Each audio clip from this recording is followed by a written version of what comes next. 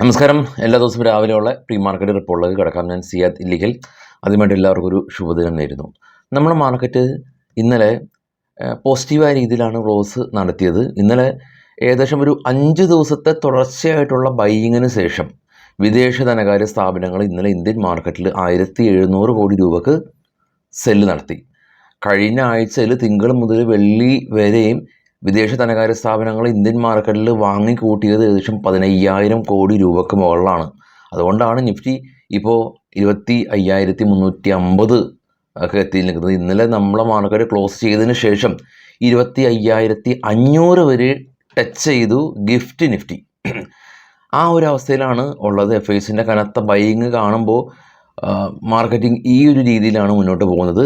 ഇന്നലെ ആഭ്യന്തര ധനകാര്യ സ്ഥാപനങ്ങൾ പ്രോഫിറ്റ് ബുക്കിംഗ് നടത്തി 754 കോടി രൂപക്ക് പ്രോഫിറ്റ് ബുക്കിംഗ് നടത്തിയിട്ടുണ്ട്. ഇപ്പോൾ ട്രേഡ് ചെയ്യുന്ന ഗിഫ്റ്റ് നിഫ്റ്റി ഒരു ഫ്ലാറ്റായ രീതിയിൽ തന്നെയാണ് ട്രേഡ് ചെയ്യുന്നത്. എന്നാൽ ഇന്നലെ നമ്മളെ മാർക്കറ്റ് ക്ലോസ് ചെയ്തതിന് ശേഷം ട്രേഡ് തുടർന്ന യൂറോപ്യൻ മാർക്കറ്റ് മിക്സ്ഡ് ആയിരുന്നു വിത്ത് പോസിറ്റീവ് സെൻറ്റിമെൻറ്റ്സ്. US മാർക്കറ്റും മിക്സ്ഡ് ആയിരുന്നു വിത്ത് പോസിറ്റീവ് സെൻറ്റിമെൻറ്റ്സ്. ഇപ്പോൾ ട്രേഡ് ചെയ്യുന്ന ഏഷ്യൻ മാർക്കറ്റ് മിക്സ്ഡ് ആണ് with negative sentiments. Gift Nifty ഫ്ലാറ്റായി രീതിയിൽ ട്രേഡിങ് തുടരുന്നു വിത്ത് പോസിറ്റീവ് സെൻറ്റിമെൻറ്റ്സ് എന്ന് പറയാനായിട്ട് ആണ് നമുക്ക് പറ്റുള്ളൂ. കാരണം ഗ്ലോബൽ മാർക്കറ്റ് കാത്തിരിക്കുന്ന ആ ഒരു event, US interest rate cut ബുധനാഴ്ച ദിവസമാണ് വരുന്നത്. ബുധനാഴ്ച ഇന്ത്യൻ സമയം, ഇന്ത്യൻ മാർക്കറ്റിൻ്റെ ടൈം കഴിഞ്ഞിട്ടാണ് വരുന്നത്. അത് റിഫ്ലക്റ്റ് ചെയ്യുന്നത് വ്യാഴാഴ്ച നമ്മളുടെ നിഫ്റ്റിയുടെ എക്സ്പയറിക്കാണ്. ഇന്ന് ഫിനാൻഷ്യൽ നിഫ്റ്റിയുടെ എക്സ്പയറിയാണ്. ഫിനാൻഷ്യൽ നിഫ്റ്റി എന്ന് പറയുന്നത് NSEയിലുള്ള ഫിനാൻഷ്യൽ കമ്പനികളുടെ ഇൻഡെക്സ് ആണ് ഫിനാൻഷ്യൽ നിഫ്റ്റി. ആദ്യം നമുക്കൊന്ന് ഗ്ലോബൽ മാർക്കറ്റ് നോക്കാം. ഏറ്റവും താഴെ കാണാം US വിക്സ്. ഇൻട്രസ്റ്റ് റേറ്റ് തീരുമാനങ്ങൾ വരുന്നതിന് മുമ്പ് തന്നെ US വിക്സ് ഏകദേശം ഒരു 3.5% സ്പൈക്ക് രേഖപ്പെടുത്തി 15. നാസ്ഡാക്ക് 89 പോയിൻറ്റ് റെഡിലടച്ചപ്പോൾ ഡോ 228 പോയിൻറ്റിൻ്റെ ഒരു പോസിറ്റീവ് ആയ അവസ്ഥയിൽ ക്ലോസ് ചെയ്തു. അതിന് മുകളിലുള്ള 3 യൂറോപ്യൻ മാർക്കറ്റാണ്. FTSE പോസിറ്റീവായിരുന്നു. ഫ്രാൻസ് CAC 40 ഫ്ലാറ്റായിരുന്നു. ഡാക്സ് ജർമ്മൻ മാർക്കറ്റ് ഏകദേശം ഒരു 66 പോയിൻറ്റ് ഇടിഞ്ഞു, അഥവാ 0.35%. ഡോ ഫ്യൂച്ചർ ഇപ്പോൾ ട്രേഡ് ചെയ്യുന്നത് ഫ്ലാറ്റാണ്. ഇപ്പോൾ ട്രേഡ് ചെയ്യുന്ന നിക്കി ജപ്പാൻ മാർക്കറ്റ് ഫ്ലാറ്റാണ്. കോസ്പി കൊറിയ ഫ്ലാറ്റാണ്. ഷാങ്ഹായ് ചൈന ഫ്ലാറ്റാണ്. ഓസ്ട്രേലിയ മാത്രം പോസിറ്റീവ്. ഏറ്റവും ടോപ്പിൽ നിന്ന് മൂന്നാമത് ഗോൾഡ് $2,581 പെർ ഔൺസ്. രണ്ടാമത് ബ്രന്റ് ഓയിൽ 72. ഏറ്റവും ടോപ്പിൽ ബിറ്റ്കോയിൻ 57,938. US മാർക്കറ്റിൽ ലിസ്റ്റ് ചെയ്ത ഇന്ത്യൻ കമ്പനികളിൽ എയർലൈൻസും ഡോക്ടർ റെഡ്ഡിയും സ്ലൈറ്റ്ലി ഇടിഞ്ഞു. എന്നാൽ HDFCയോ ICICI ബാങ്കിനോ പ്രശ്നമൊന്നുമില്ല. IT കമ്പനീസിൽ മിക്സ്ഡ് ആയിട്ടുള്ള അവസ്ഥയാണ്. ഇൻഫോസിസ് ഫ്ലാറ്റായപ്പോൾ വിപ്രോ ഏകദേശം ഒരു 1.2%-ൻ്റെ ഒരു നേട്ടം കൈവരിച്ചൊരവസ്ഥയിലാണ് ഉള്ളത്. അപ്പോൾ ഇതാണ് ഗ്ലോബൽ മാർക്കറ്റിൻ്റെ ഒരവസ്ഥ. നമ്മുടെ മാർക്കറ്റ് ക്ലോസ് ചെയ്തതിന് ശേഷം വലിയ ഇടിവുകളോ വലിയ റാലിയോ ഒന്നും തന്നെ ഉണ്ടാക്കിയിട്ടില്ല.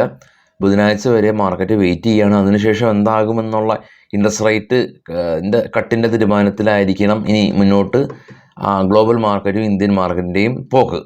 നവംബറിൽ ഇന്ത്യയിലെ ഇലക്ഷനൊക്കെ വരുന്നുണ്ട് ചില സംസ്ഥാനങ്ങളിൽ.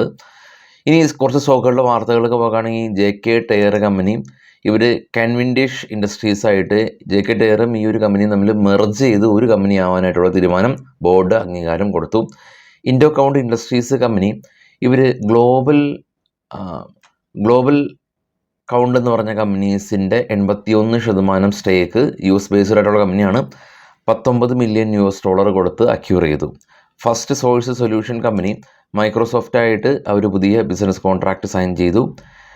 കിമിയ ബയോ സയൻസ് കമ്പനി, ഇവർക്ക് 2 ലക്ഷം രൂപയുടെ US ഡോളറിൻ്റെ ഓർഡർ ലഭിച്ചു. ഡ്രോണാചാര്യ ഏരിയൽ കമ്പനിക്കും 2.4 ലാക്ക് $, ഒരു എക്സ്പോർട്ട് ഓർഡർ ലഭിച്ചു. കൃഷിവേൽ ഫുഡ്സ് കമ്പനി, ഇവർ മെല്ലോ ഫുഡ്സിൻ്റെ 52% സ്റ്റേക്ക് അക്യൂർ ചെയ്തു. ഇൻഡോകൗണ്ട് ഇൻഡസ്ട്രീസ് കമ്പനി, ഇവർ ഇൻഫ്ലുവൻസ്റ്റിക്സ് US ബേസ്ഡ് ആയിട്ടുള്ള കമ്പനീനെ അക്യൂർ ചെയ്തു.